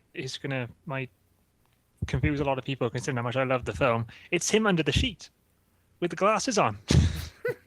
Oh, okay. It's the first film. You've established what he is, and then he walks into the room wearing a sheet with these glasses over the eye patch. Yeah, and he just takes it. He just stands there while she insults him. There's another good what the fuck moment. This goes back to Halloween 5, where Tina gets in the car and he's wearing a different mask. And she's talking all sexy to him and all this crap. And he says, "Can you stop to go get me cigarettes?" And he does. Michael Myers, taxi bitch. It just took all sense of fright out of that movie. That movie was pretty stupid to begin with. But they just did so much. How about his one line in the DVD version of Halloween 2, the Rob Zombie one? Oh, yes. Die! Like, what the Christ? And that's another thing, too. I guess to talk about Michael Myers, you have to look at the physicality of a person to play this guy. And I don't picture Michael Myers, I don't picture Deeg, whatever the hell his last name is, growing up into goddamn Sabretooth, Tyler Mane. But he's the Undertaker, isn't he, at the end of that? And he's got long hair, he's got the beard. Yeah, I mean, he looks like... You can't stop him. I mean, he's buff. I mean, unless Michael Myers is sitting in his room working out all the time, he's not going to get that buff naturally. I mean, he's eating his goddamn Wheaties, but still. There's something to be said about the smaller guys that have portrayed Michael, because he seems more, I guess, human, I guess. I mean, sure, he's that's the thing. He's unremarkable. Yeah. That's there's nothing. He blends into a crowd. There's nothing defining about him, which is which is the Rob Zombie. It's a Tyler Dane, I think his name is. Tyler Dane. He's like a 7-foot giant. Yeah, he's built like a damn Mack truck, and could probably lift one too. And yet, in the earlier Halloween movies, you see him pulling stuff like Jason, where he crushes a guy's skull, and Jason didn't pull the skull crush until number 6, I think. Jason's best kill, though, the sleeping bag kill. Oh, yeah. Oh, yeah. I also like where he shoved the girl's face through the side of the RV. I thought that was pretty cool, too. But yeah, there's just something about the physicality of Michael Myers that never... sat quite well with me because, yeah, like you said, he's supposed to be unremarkable, the guy who can blend into a crowd in H2O beautifully. In the beginning of Resurrection, rather, stealing the paramedic's uniform and just kept walking. Yep. No one noticed him. No one noticed him because he's just, unremarkable. Just Although, a guy. Saying that, you talk about the remakes, you've got to talk about Malcolm McDowell. Michael Myers is fucking dead. And see, that's something I really want to talk about. I mean, since we're talking about characters, Sam Loomis. I love Donald Pleasance. Thought he brought a great thing to the role, but I really like Malcolm McDowell because anything he's in, he's awesome. Although me and my friend Scotty were joking around. I just wish there was one moment in this movie where he could have said "sock up," which is where he's referring to, what was it, milk money or something. I just love hearing Malcolm McDowell talk about it. He could read me the manual to inflating a tire and I'd be interested. There's just something about him portraying Loomis in these movies. I always thought that came across as a little bit part genuine, part hokey, but he made it his own. I really loved it, especially in number 2, where he's a sellout. He's out to sell a damn book. I love that. I mean, and I love it when his publicist walks in and says, "Hey, man, you realize this is in bad taste, right?" He's like, "Yeah, well, you signed on, didn't you?" Oh. If you watch the gag reel of that, it's hilarious. It's Mike McDowell and who's the sheriff? The actor who plays the sheriff. Brad Dourif? Brad Dourif. Yeah. Him and Brad Dourif just riffing in the car. It's hilarious. They are screaming abuse at each other and shouting abuse and swearing up a storm, and it's hilarious. It is hilarious to watch them do that. If you can, like, say anybody out there now watching it, just type into YouTube Halloween remake gag reel. You will laugh your ass off. I'm doing that right after the show. But I mean, looking back, and I guess this will be our final talking point as we're well past the top of the hour. Legacy of the series, and I'll start with this one so you guys can be more articulate with it. I like the Halloween movies. I really do. And looking back about them, man, John Carpenter back in 1978 more or less started the slasher genre. I mean, Michael Myers is the original slasher. I'd say he refined commercialized it. Commercialized it, okay. But Black Christmas was the one, because it was because of Black Christmas that Carpenter got the idea for Halloween. Well, now because after Black Christmas came out, John Carpenter spoke to the writer-director of it, and he said, "Would you do a sequel?" And the guy who wrote Black Christmas turned around to him and said, "If I did, I'd set it on Halloween." Yeah, so basically the guy who directed A Christmas Story. Nice. I like it. The guy who directed A Christmas Story was the guy who practically invented the slasher genre. Yep. I mean, looking back at the slasher genres and all the weird movies we've had in between, I mean, Friday the 13th, was the first successful knockoff of this, and then we got really weird movies based around holidays like New Year's Evil, April Fool's Day, My Bloody Valentine, etc., etc. It's cool just to see where this genre has gone and how it goes through ebbs and flows. I mean, over the last 30-plus years, you'll see times where slashers are really popular and times where they're not. I mean, in the 90s, Scream resurrected the horror world again. And well, but if you watch Scream, look at the film they have playing through that film, Halloween. Yeah. So you can see it goes through ebbs and flows. And, now we have the whole torture porn thing, which I'm not a big fan of.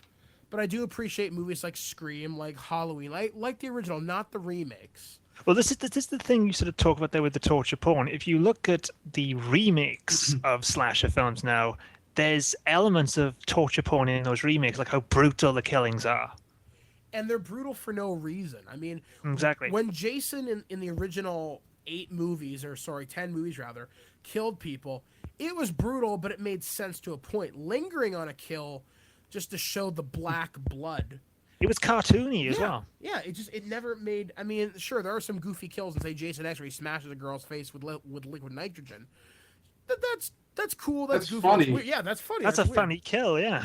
Or sorry, James. It seems like in the Rob Zombie one, sometimes it seems like a child who's angry and is drawing somebody getting killed and is like really getting it out, and just it's like What the fuck? And It's like if you watch Freddy versus Jason, I mean, the kills in that are crazy, but they are so funny. yeah, It's like, Yeah. Jason snaps that guy's neck and he turns his head completely around and he cuts that guy in half. yeah. I mean, we Like when I owe. see Ken Foree being slammed in a bathroom stall over and over again in a pool of his own blood, it's just like, it's not really funny. It's just like, It's It's brutal. ah. It's yeah, it's senselessly brutal. overkill. Yeah. It's complete overkill. And that's something I think, like I said, Mustafa Akkad had said, the producer of almost the entire series, had said, this isn't a Friday the 13th movie. Yet in number 4, which was one of the most successful entries in the franchise, was quoted on set saying, "More blood, more blood." And I don't know, there's something about the Halloween kills. They're never as creative as other series, I think. When you compare them to Yeah. Friday the 13th, Jason's just a better killer, I think.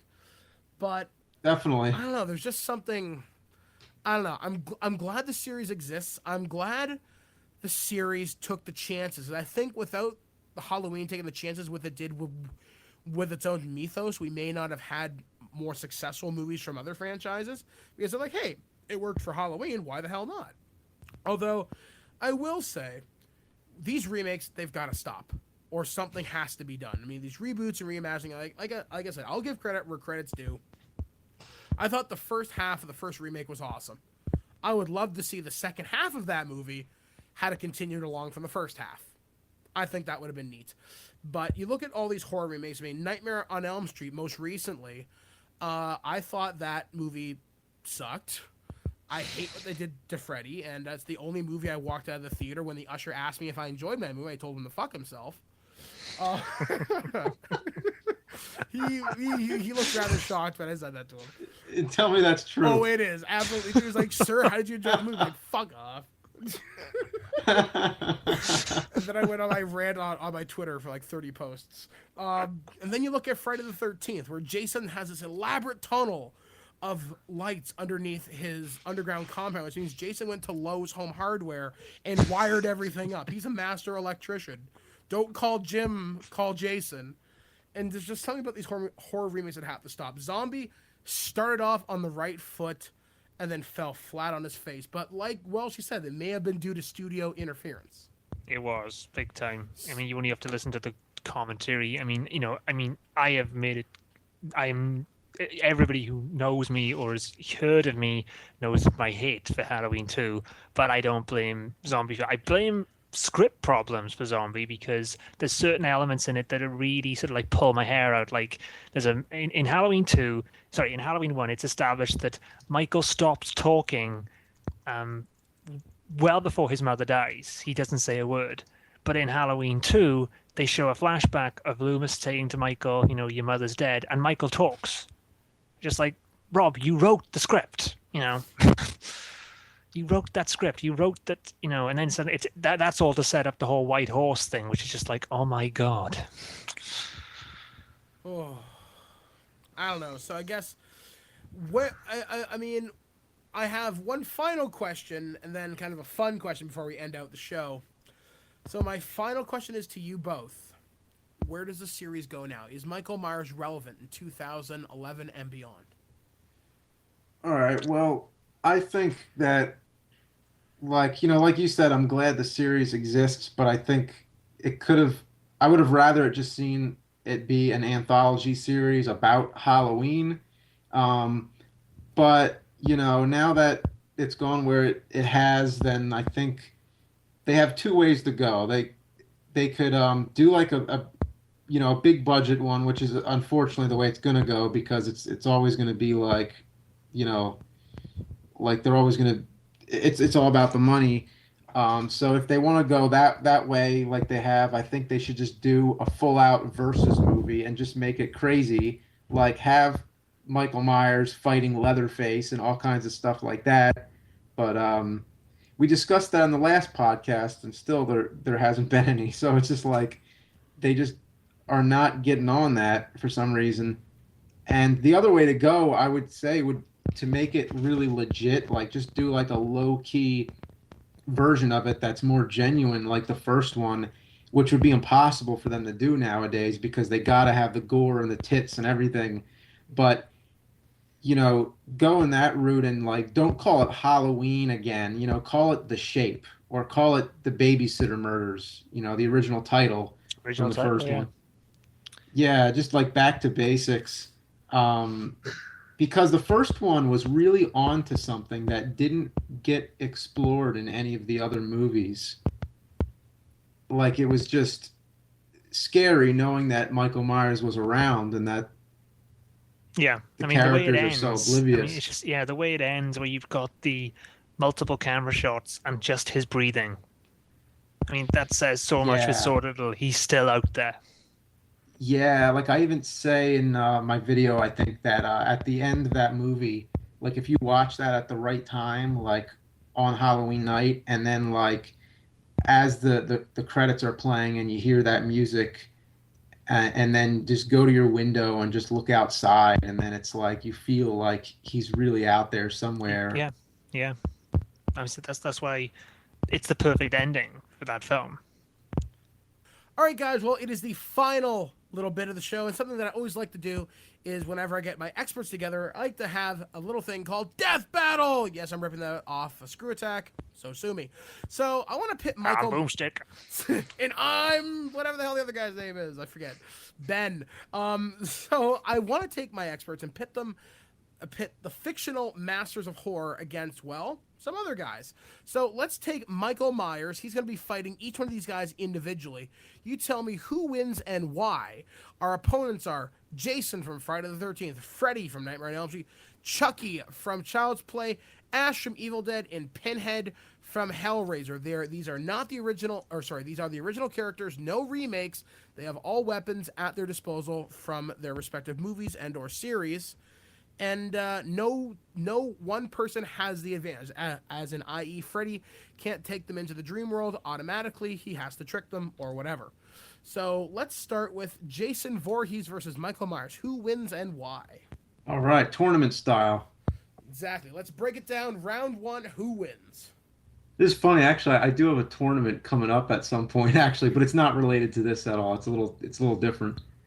But so, how do we want to tackle this? Who wants to represent each side? Okay, let's see. Maybe that's a better thing. I mean, I know.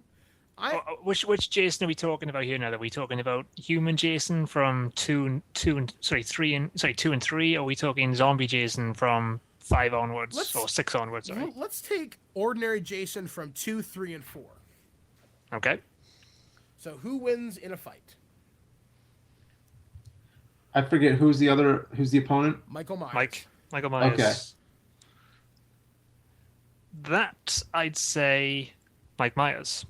Really, a surprise upset. Human Myers versus human Jason I'd say Mike Myers, because Jason's got a weakness. What's that? His mummy. Ooh, that's right. Jason can be tricked. Plus, he also seems more vulnerable to damage, though if you hit Mike hard enough, he will go down. Jason's also got apparently, according to Freddy versus Jason has a fear of water, although he never had a fear of water until Freddy versus Jason. All right. I don't know. I mean, I've always thought of them both as zombies, but they never really played up the zombie angle in the Halloween franchise. Even after Michael Myers had been burned to death, they just always play it off like he survived, Yeah, he's in a coma. He's covered in burns and he's in a coma. Yeah. Although, speaking about that, though, we talked about this earlier. There's a great video on YouTube. I'd say if anybody out there now, and hopefully Mike will put a link because I'll send him the link to it. It's a creator wrestler, SmackDown versus Raw, Michael Myers versus Jason Voorhees. If you get a chance, check out this video because it's a hell of a fight between Michael and Jason. It is really entertaining, and it's the kind of a fight you'd expect from these guys if they were in a ring together, because they kick the shit out of each other. It's a little goofy, but it works. All right, so looks like we're siding with Jason on this one. No, I'm going Michael. Michael? Yeah, he was going Michael. And I'm not sure. I'm undecided. I think I need some references. All right. So let's say you go draw. So with me going Jason, you going Welshie, undecided. We'll leave this one a draw because we don't know who would win that one truly. I think if we all thought about it a little more, I'm sure we could come up with a good answer. But it seems like I'm gonna say Jason simply because he's more brutal in his attacks. He's more straightforward. He doesn't fuck around to scare you. He'll kill you. Mike tends to screw around. Mike would find Jason's mother. That's true. He might use. You remember, he's a detective, like you said. That's true. He does have the ability. That's another thing too. Michael is more intelligent than Jason. That's true. So he could trap him. So I don't know. He'd go to the library and he'd find out about Jason and his mother, and then he'd go find Jason's mother's cabin and find Jason's mother's remains, and then scatter that around the forest and the woods and the lake, drive Jason into a frenzy. I think. Well, you may have a point. I may have to side with Michael Myers on this one, which is surprising actually. Intelligence may be the determinant in this one. Maybe, yeah. All right. What about Freddy Krueger? Because their attacks are pretty similar. Yeah. Yeah, both use machetes. But Jason has a wider variety of weaponry, as opposed to Michael, who tends to only rely on a few things. Always the kitchen knife. Or the scissors. Or his own hands. Yeah. He did crush a skull once, didn't he? Yeah. Yeah, or he'll stab you with a shotgun. Whereas Jason never picked up the super abilities till after 5. So. No. And then the nanomachine technology turned him into the Terminator. I don't know. He's punching heads off and, But that was also zombie Jason. So I don't know. I think I may have to give this one to Michael Myers due to intelligence, and he was stronger as a human than Jason was. Never thought I'd say those words. All right, let's take it to Freddy Krueger. Who wins? Freddy versus Michael Myers. Versus Michael Myers. Oh, okay. So we took out Jason and now. Okay, I wasn't sure if we were going to go to like another two fighting and then bring it all down. No, it's always going to be X versus Michael Myers to see who is the king of the horror movies. Okay. This one to me is Freddy because More intelligent. Well, it's not so much intelligence, just that in terms of like. First of all, he has to get Michael Myers asleep. And all right, Michael Myers was in a coma for 10 years, so it's a perfect time to get him. Yeah. I don't know. Does Michael sleep any other time? See, you would think so, because presumably Michael does more human things. And I deduce this from one simple reason. In the house where Dr. Loomis and the sheriff go in the first movie, they find the remains of an animal, right? Which he's been eating, obviously. He's been eating. So, which means Michael obviously eats, sleeps, and shits. So, determining that, he must go to sleep at some point. So, I would have to give the fight to Freddy as well, due to the fact that Michael is still human, does still prey upon that. Now, if you brought Freddy into the real world... You wouldn't have a prey. You wouldn't have a prayer, no, because Nancy kicked the shit out of him.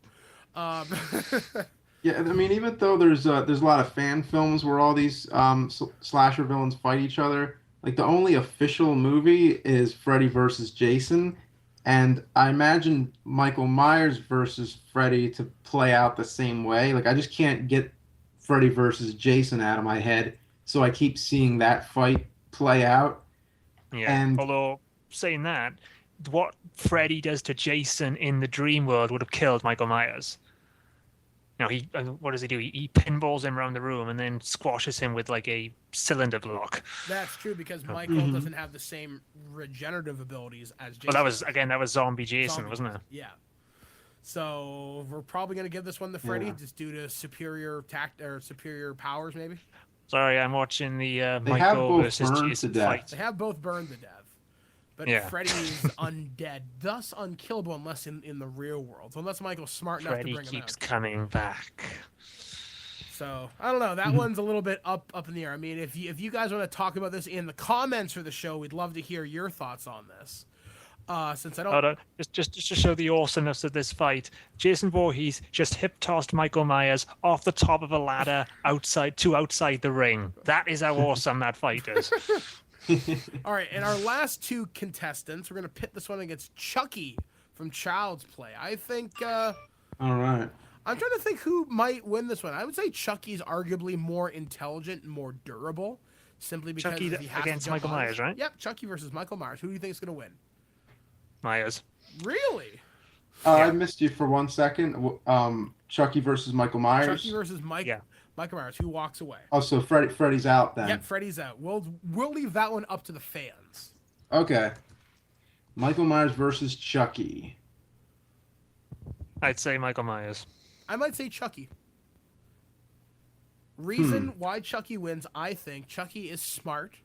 Chucky has magic on his side because he does have that whole kind of voodoo thing. Plus, Chucky is, I think, smarter than Michael, that he sets up his scares a little bit more effectively than Michael does. Michael goes to the very elaborate.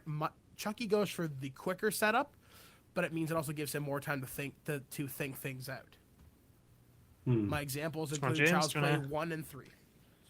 Who owns the rights to each of these? MGM is Chucky, I think, and Halloween is Dimension, I think, still. Dimension, yeah. So Dimension and MGM, Yeah. they should both make this damn movie so we can find out.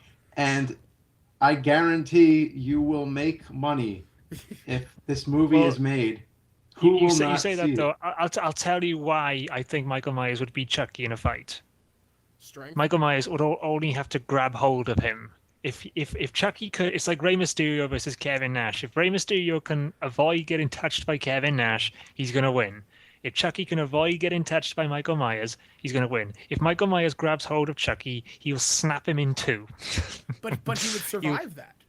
He'll do Megatron to Jazz. I see him as like I don't know. I always think of speed. I think Chucky's faster, so it's. Oh yeah, he is. Yeah, it's like I said, it's like David and Goliath. He lacks the raw power to finish the fight, but I don't know. That's another one we're gonna have to leave up to the fans, because I don't think between us we're actually gonna settle it. You know, I think Michael Myers would win because I'm just imagining this fight in my head, and I just see Michael Myers just like grabbing him. You know, once he's got him in his hold, it's like he's got him, and now it's just like he'll just start ripping him apart limb by limb. All right, then. So Chucky is defeated by the Shape. And our last battle here, or sorry, second to last, this one is something that actually came up in one of the documentaries. Still Michael Myers, right? Michael Myers versus Pinhead.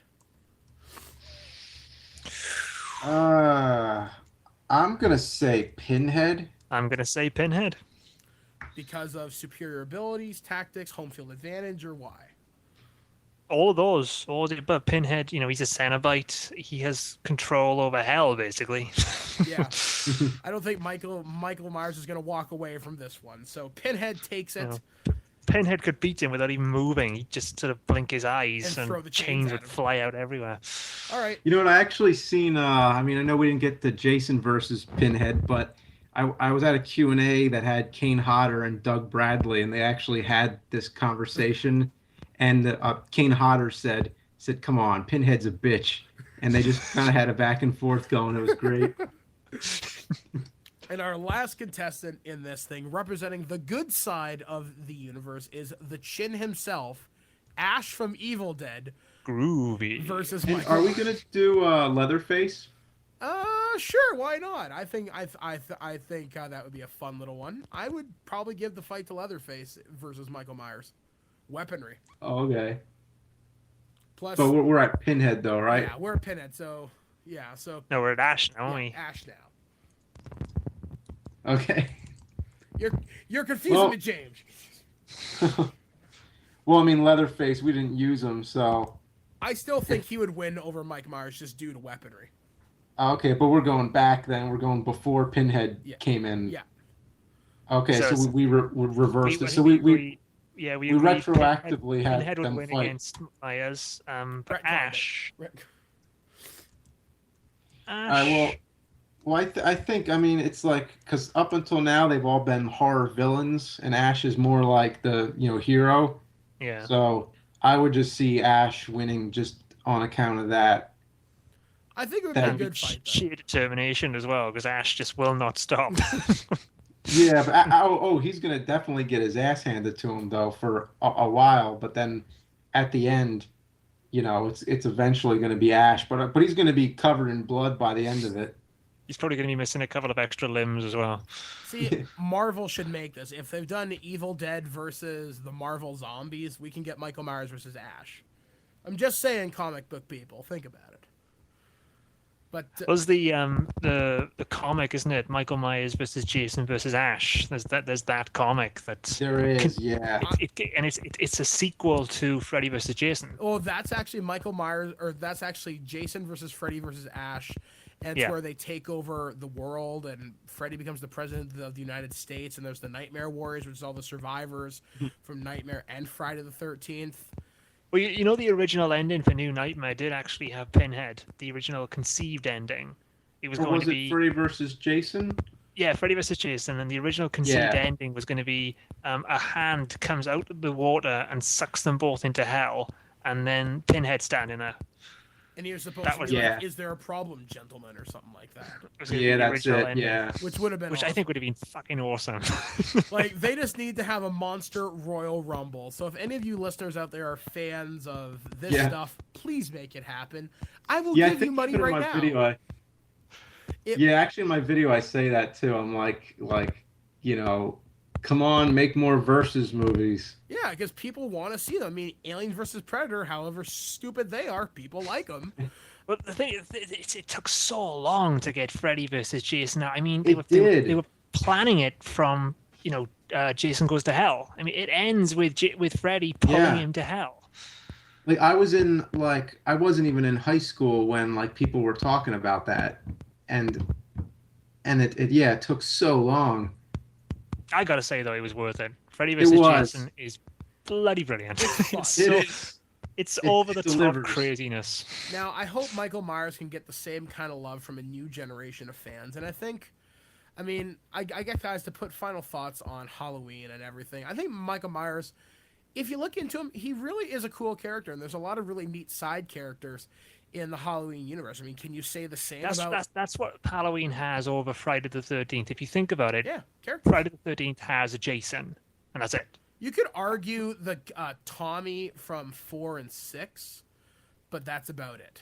That's it. Yeah. Then you've got Halloween. You've got Laurie. You've got Jamie. You had Jamie. You had Rachel. Dr. Loomis. From Dr. Loomis. You've got these are characters that really help carry it. And that's kind of the problem with the Halloween films, is because you had these characters that are so beloved, not just Michael Myers. There was more pillars built on that film, and again, that's one of my biggest problems I have with Halloween 6 is that they changed the actress who's playing Jamie, and then they just kill her off, and it's just like she was such a loved character. They could have done more with her and didn't. It's the same with Rachel. She was so loved. She would have been Halloween the right 4. age too, and everything, right? Yeah, she was willing to come back. It's just a question over pay. Yeah, they wanted to give her skill plus 10, and she's like, well, fuck that. I made that on the first movie. I deserve it. And she did. She did, yeah. So, I don't know. I mean, I really hope you guys out there will go check out the Halloween series of movies. There was an awesome box set released in Region 2 called the Halloween The Complete Collection. Gets filmed really? 1 to 8. Oh, yeah, in one box set. I have really? Yeah, I hate you, Welsh. Wow. I had to go out there and do this through other ethical means. Yes. Yeah, so no Region 1. Oh, I love living Region 2. Bite my ass. God bless Region 2. You know what? And also with the Hammer films, it's always a problem because, Region 2, you can get more of them together, but in Region 1, you are fucked. Yeah, it all comes down to rights clearances. So hopefully you guys will go out there and check these. Even check out the Rob Zombie remakes. Yeah, they're a lot of hit and miss, but I think they are still worth seeing if you want to get the complete picture. So glad you're not going to MagFest this year, Mike, because I'd have to kill you after saying that. I'm sorry. But also check out the Halloween documentary, 25 Years of Terror. It is a fantastic look into the making of all these movies. You get great interviews from everybody involved in the series. John Carpenter, Mustafa Akkad, PJ Souls, Jamie Lee Curtis. Just almost everybody who is involved in the movies in some way is represented. It's a wonderful documentary. I really recommend you check it out. So guys, I the same, yeah. If you can as well, guys, if you can get Halloween the original, get the one with the commentary track on it, because again, it's a very, very interesting commentary track. Yeah, and even the collector's edition for Rob Zombie's Halloween has a huge documentary on the making of, and it's worth it just for that alone. I mean, that's why I collect DVDs, is for documentaries. I'm a docu-slut. Yeah, me too. Yeah. Yeah. So I guess, guys, do you have anything else you want to pimp out before we close out the show? Welshie, what about you, buddy? Well, for me, personally, it's just my Scream retrospective is going to be wrapping up now. By the time this is out and you guys are hearing this, I'm going to release Scream 4 Part 2, which for now closes my 8-part movie series on it. Which it's been tiring to do, but it's definitely been a labor of love for me in that regard because I love the Scream films. So guys, if you can, check that out because it's one of the video things I'm actually really proud of doing because I put a lot of, it's not so much me just talking about the film and what you see, but a lot of the subliminal messages that goes into it as well from my point of view. I'm not sort of saying, this is what you have to take from this. It's like what I take from it. And James, what about you? What are your final things that you want to pimp out? Nothing really, but I'm in the middle of Monster Madness. Well, it's probably close to wrapping up by the time you hear this. But I guess I'm probably like reviewing the Halloweens as this is happening. So, I got that going on, and so that's cool. You covered Scream, and I covered Halloween, so we're just covering horror movies all around. Yeah, and I'm just in pre-production of the nerd movie behind the scenes of everything, so it's been really tough to keep up with the web videos as well. Well, we definitely it's a nice blend as well because like Scream 1 has Halloween 1 in it, and H2O has Scream 2 in it. Yeah, so I guess next year we'll have to see what horror movies we get a chance to collaborate on next year, as I hope to have you both back next year. I'm doing a Saw retrospective next year. Oh, cool. I've already got that in the pre-planning stages already. I plan ahead. And there's finally not a Saw movie this year. I know, that's the weird thing. 7 years, 7 Saw films. I intend to do Sleepaway Camp, hopefully. So I have all 3. I love those movies. I don't know why. But anyway, yeah, I got them all too. But anyway, guys, that's pretty much going to do us for us here at This Week in Geek. Thank you for listening. Be sure to check out Welshie over at thatguywiththeglasses.com. James, you can find at Cinemassacre.com as well over at GameTrailers.com whenever he releases a new nerd video. And me, you can find here at ThisWeekInGeek.net. So, guys, thank you guys for coming out. I really, really appreciate it. Thanks for having me on. Yeah, all right. It'll be a good time. All right, guys. Well, I've been Mike the Birdman Dodd saying, live free or die hard. Have you guys have a safe and happy Halloween. We'll catch you guys again next time right here on ThisWeekInGeek.net. Want to see me make bubbles with my spit? Sure do. In fact, that's the theme of our next show. So don't miss it. What the hell happened to George Lucas? Oh my God, there's snot on my face. And I'm your host, Mike the Birdman Dub, and I'm not a join. What the f does that mean? F that. 10 seconds. No, you gotta keep that. Let's do this right the first time. Fuck you guys. Ew, it's in my mouth. Oh, God. What's it taste like, Mike? Water. Ew, salty. Let's start this episode with shat. Okay, I'm good. Geico. Holy shit. Oh my gosh. Freak. Die. Holy crap. Whoa. Whoa, my God. Whoa. Where did it go? I'm like a stupid monkey. As you can imagine, they don't let us out much. You've been listening to This Week in Geek. Tune in next week to hear, somebody random. I don't know. Maybe even a hot chick. Yeah, let's go with that. Did anyone ever tell you that you were very, very sexy? Well, actually, no. They never will. Check out our website, ThisWeekInGeek.net, for more geek content, as well as subscribe to our podcast through iTunes or any podcatcher. If you would like to comment on this episode, head to this episode post on ThisWeekInGeek.net and comment through Facebook Connect. Or you can call our voicemail line at 817-717-7202. Send us a Twitter message by replying to @ThisWeekInGeek. Lastly, you can email us at feedback@thisweekingeek.net. This extra music was produced by Pronobozo at pronobozo.com. We'll see you next time, and remember, lower your shields and surrender your listenership.